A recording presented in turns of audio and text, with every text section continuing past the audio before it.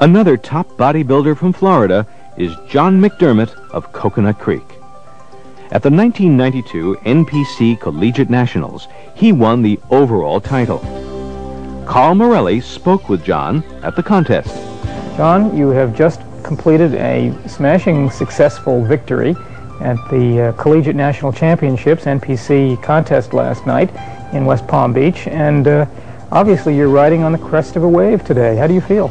I feel fantastic. I don't think it's quite sunk in yet, though. I just, like I said, I don't think I've really been able to sit down and realize just exactly what happened to me last night. You mean you might be 50 miles out of West Palm Beach before it finally hits you? I think so. I think so. John recently graduated from Florida Atlantic University with a major in exercise physiology. John is a former United States Marine.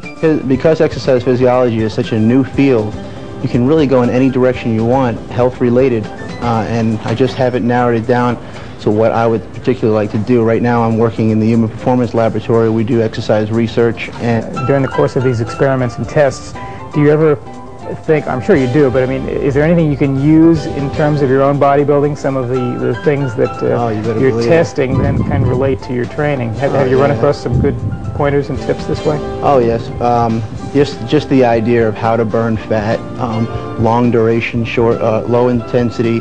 Whereas, well, you see it all the time in gyms where people will get on the Stairmaster, they'll shoot it up to the top level, and they'll go for 15 minutes until they're pooped, and then they're done, and they think that they've had a great workout because the calories say that they burned, you know, such and such amount of calories. But it really doesn't have anything to do with that. It has to do with what type of calories are you burning. So if you go long duration, short intensity, you're going to be burning more fat. So I mean, you really no need to kill yourself as far as the aerobics go, but you do need to be able to stay on the bike for, you know, at least about an hour.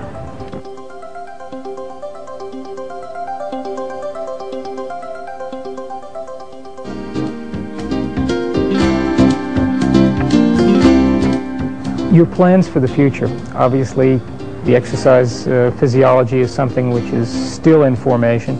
The bodybuilding is perhaps a little bit more definite.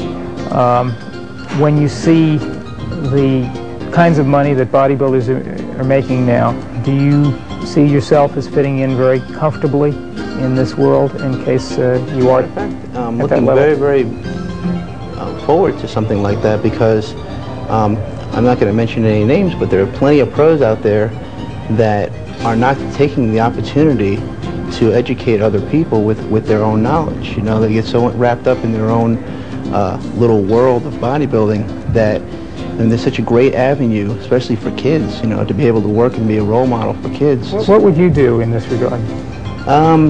Like I said before, I like taking young kids and working them out and preparing them. I think I prepare them not only for the bodybuilding contest, but for life at the same time.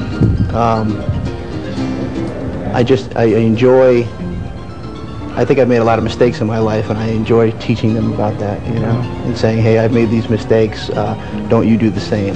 Did you have a guiding force? I mean, or is this something that you missed, and that's why you're particularly sensitive about trying to provide it for others? What happened was I went into the military fresh out of high school, and it wasn't until I got in the military that I realized that how important education was, and I think, you know, now that like I said, I've made all those mistakes when I was younger, and being the punk kid, and, you know, same thing we all go through when we're growing up. I like to, if I see a younger kid that's going down the same road, I like to steer him in the right direction if I can.